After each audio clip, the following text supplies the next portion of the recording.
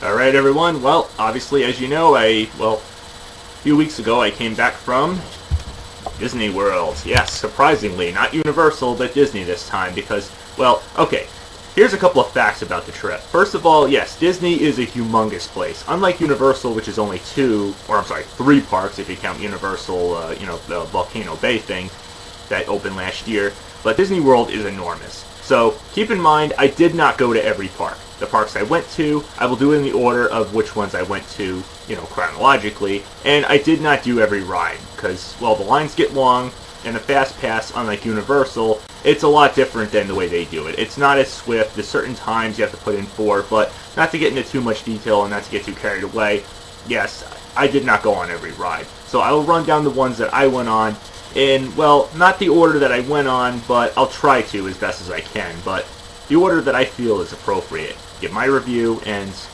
that's, I think, should do it. So, yeah, the parks I went to are Epcot, Animal Kingdom, and Hollywood Studios, former MGM. So, yeah, those are the three parks I went to. I went to Magic Kingdom once when I was 5 years old. I do have good memories of it, but I did not go there. I know it is basically the icon park of this whole resort, the Cinderella Castle and everything like that, but not to insult it, it does have great theming, like all these Disney parks do, in fact, but it is more geared towards younger audiences, it's more family-friendly than these other parks, and as you know, I'm a big thrill seeker, so it's obviously appropriate that I will go to these three parks, because I've never been to them until this year, of course. No, I didn't do the two water parks, Blizzard Beach and Typhoon Lagoon. I do like water parks, but I like stuff with a little more variety to it, as you know. So, first park and first stop is Epcot. Yeah, this place I was pretty amazed with. It had great theming. It had, one section in the back, which actually was the place I entered in because, yes, I actually did stay at the Disney Boardwalk, which is a really great hotel / boardwalk, which has a great boardwalk in the back, and you can see the fireworks and everything at nighttime that they do around, I believe, 9 o'clock-ish at Epcot, and you can even hear or see sort of Magic Kingdom's fireworks, but not to get too carried away, yes, the countries and everything are fantastic. I mean, all the different sections. You got France with the Beauty and the Beast show, which I didn't go to, but I did see the shrubs and everything that, it's in that theme. The Eiffel Tower lights up at night, which is really nice. There is actually construction work going on, and that is to be the Ratatouille section based off the Oscar-winning big hit movie by Disney and Pixar. Not too much detail is known about it, but supposedly it sounds like a Honey, I Shrunk the Kids sort of attraction, which I didn't unfortunately go on because, as I said, this is my first time at all these parks. But yeah, it sounds like a cool idea. I'm not sure exactly when it's going to open, but I did see a lot of construction, but not to get too carried away. Yes, you got France, you got Japan, you got China, and even an America section, kind of the middle part of the whole country section in the back, with an America show, which I thought was actually not too bad. I did watch this show, and it has a great history lesson about our country, from when it was first discovered, and, it's one of those with some animatronic effects with Mark Twain and Benjamin Franklin, and it's great. I thought it was fantastic, and it shows the whole history and everything. So, if you're interested, go for it. There's usually never any waits for it, but there's limited showings for it, as you guess. But anyway, yes, you got Japan, you got China. This is not exactly the perfect order, but you got Germany, which I felt was really cool with the model trains. You got Morocco, Mexico, Canada, Italy, United Kingdom, Outpost. You got Norway, of course, and yes, I might as well get this out of the way, the Frozen attraction. I put in Fast Pass for this one. This one, I have to admit, was pretty good. The queue line I thought was pretty cool, but thankfully I'm glad I put Fast Pass in for this one because from what I've heard when it first opened, the wait times went up to about 6 hours. I mean, people actually literally waited in line for it. I mean, after I got off this, I was thinking, wow, people waited that long for it? And not to insult it or anything, I know it's a big hit Disney movie that still, even to today, is being blown way out of proportion. I mean, there's been short films and even a sequel coming out next year, I believe. But I'm sorry, this ride is pretty overrated. I'm not saying it's a bad ride, and I know it used to be Maelstrom, which I heard was a pretty cool attraction, and it uses the same boats from what I've heard. And don't get me wrong, it's got nice theming and everything. The snow and all the animatronic effects are really good. I do think the scene with the trolls, I think, was a little distracting for the most part, but I thought it was kind of cool. You got the main characters. You go into Elsa's Ice Palace, which I think was probably the best part. Yes, it does go backwards. I think well, it does kind of turntable, switch track things, and even though you're on a log flume boat. And, well, if you're tall like I am, I'm over 6 foot, you might be a little crammed in the boat. There's no restraints on it, and not to worry, obviously there's no drop. There is one little small slope drop at the end after you come across that big marshmallow, that big ice monster that you probably remember from the movie, and there's mist and everything. So the theming is cool, and yes, you get your photo when you go down that slope, but it's really nothing. It's kind of short, but it's pretty good. So, worth waiting 6 hours for? Absolutely not. So, if you got kids that are really big on this movie and want to go on this, I would definitely fast pass this one. Unless you wait towards the end of the day when the line goes down at a certain point. Otherwise, yeah, not worth the long wait. Also, now the future section. This is in the front area, which obviously, if you go by monorail or car or bus or whatever, this is where you're probably going to enter, and, well, the giant sphere thing, you're probably wondering what's inside of that. It is called Spaceship Earth. Yes, it's basically a slow, but, it goes kind of up a lift hill a little bit, and it's dark, and if you're claustrophobic or afraid of the dark, this may not be the attraction for you. Otherwise, it's pretty calm. It's not a roller coaster, but it's kind of a cool concept. It's almost like going through a museum with a lot of exhibits. It's all about the history of communication, and, it's kind of like a space exploration, time travel type of thing. If you see it, you'll go on it, you'll get my point. It's pretty interesting, actually. This is all what this park is about. All about the future, all about this kind of interesting stuff, and I found this one to be kind of fascinating. The only downside was I got stuck for about 20 minutes right underneath Michelangelo, because it's all about, as I said, the history of communication and human life and everything, and it goes from the Stone Age all the way till, like, through the Renaissance and, up to, like, the 60s and to today's period. And, yes, they take your photo as you're going up the lift hill at the very beginning, and I wondered why, and then it turns out, yeah, because you get a touchscreen thing right in front of your seat, and it does like a little kind of interesting game, and I thought was hilarious because, well, I stuck my tongue out as I went up. I do that a lot when I go on these rides with photos, and I was just laughing my ass off because you do kind of a little game thing. It tells you like about your future. It's just for fun. It's just for shits and giggles and everything like that, but it's a pretty interesting attraction. So, and also another thing, because I got stuck on this, if that ever happens, and if you ever do get your Fast Pass canceled out because of the ride malfunctioning, they usually do compensate you. But because Frozen and a couple other attractions, which are big hits at this park, they obviously don't let you because those fill up pretty fast. And there's other 2 rides I will get to in a bit. But yeah, this ride I thought was pretty good. So, not bad, but a pretty cool adventure. Interesting, but I think it's aged a little bit. So, my final verdict, just a plain 2 ear modes up on this one. It's pretty good.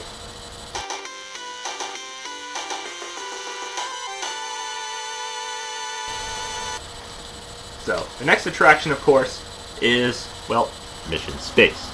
This one I thought was actually pretty good, and not to confuse with Space Mountain at Magic Kingdom, which I heard has gotten a lot of praise and hype for it, but this is Mission Space. This is a space simulator, and it has not one, but 2 versions of it. Yes, the orange one is the more intense one, which I did not do because I was a little bit iffy about, hearing about all the complaints that people and criticism that people gave it because of all the motion sickness, spinning effects, and everything like that. So I did the green version, which is the less intense one. And it is very different after watching some of the ride footage that is put on YouTube of the orange one. The orange one, from what I've heard and seen, you go over, you go blast off from Earth, over Mars and everything. The green one, you only go over Earth, and it's still a pretty cool sight. Yes, it's a simulator and everything like that, but the attention to detailing and everything, and when you first walk in, and the simulator and everything like that, and the space station, it's really well done. I mean, it's just so good. I mean, you can't stay away from this one. You still get a little spinning, but it's really not that bad. So, this one is pretty good. Attention to detailing is great. So, final verdict is, rocking Wii Remote Wii Motion Plus up, and the plain Wii Remote up. I'd say it's almost out of this world.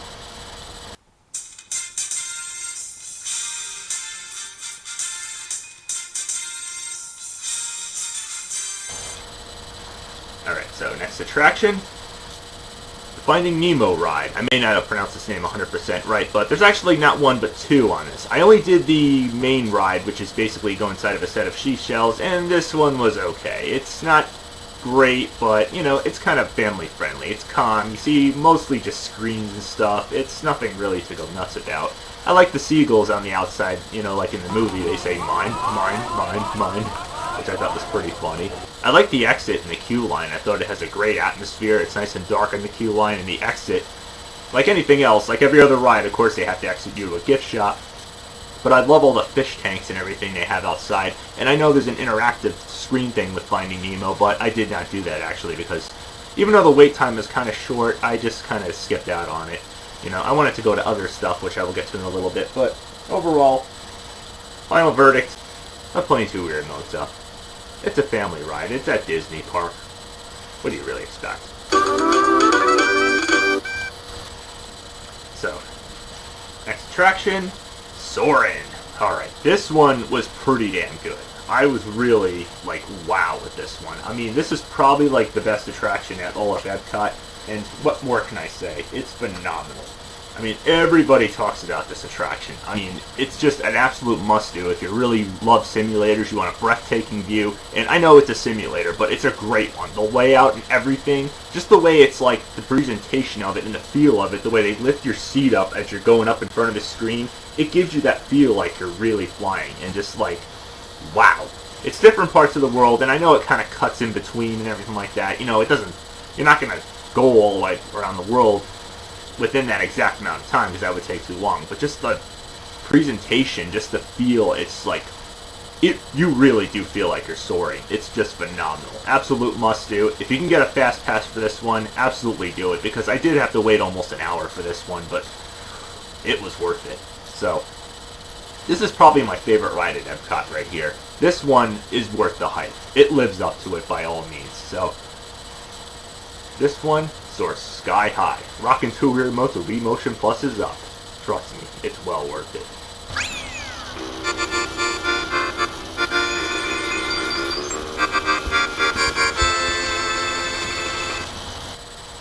So, yeah. Obviously, next attraction I'm going to talk about is also another great one that's gotten a lot of hype, but I'm going to say it's cool, but not as good as Soarin'. The Test Track.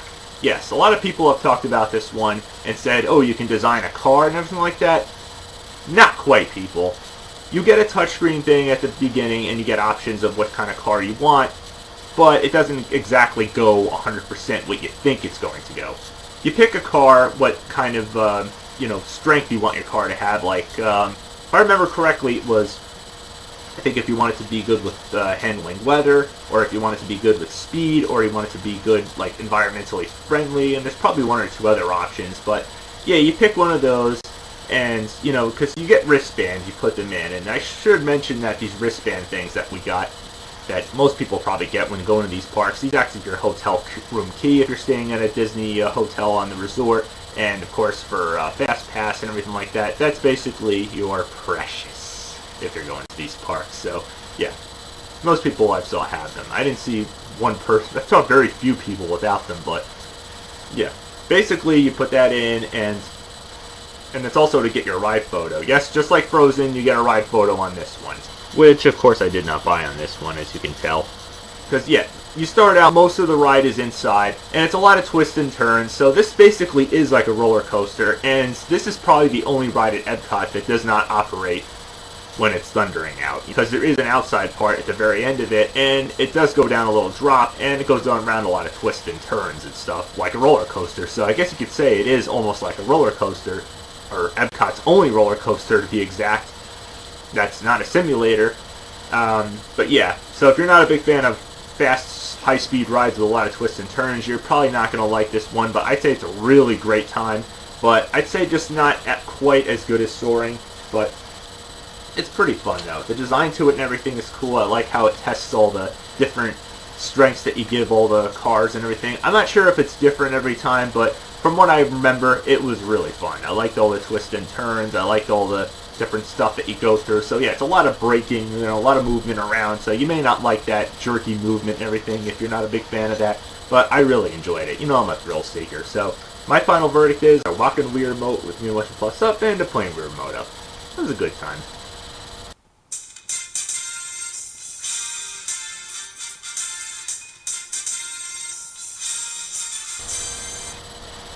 So, yeah. So, next attraction is in the same building as Soaring, Living with the Land. It's a raft ride, and this one was okay. It's a slow-moving ride. Pretty interesting presentation about plants and, how they, help the history of farming and all that stuff, all the different environments, which I thought was kind of cool. But then the last half of it was kind of a little bit of a snooze. I mean, it's another educational thing. It's all about, like, the history of how they try to get plants to grow better without using pesticides, and, it's a nice scenery and everything like that. But to me, it just didn't really fascinate me 100%. So, if you're into this kind of stuff, just like the Finding Nemo ride, you might like it, but otherwise, I thought it was kind of forgettable for the most part.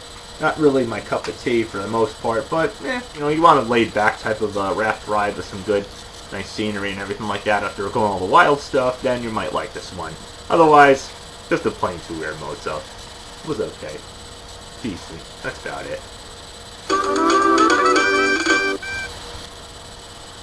So, yeah. And, well, that's about all I went on. I didn't actually go, like I said, I did not go on every ride at Epcot. That's all I went on. I went on Frozen for a second time, just because the wait time went down a little bit. As I said, it might go down, it may not. And I should have gave my final verdict on that one. Rockin' Weird Mode, Wii Motion Plus up, and plain Weird Mode up. That's fair, I think, for, well, rather overhyped ride.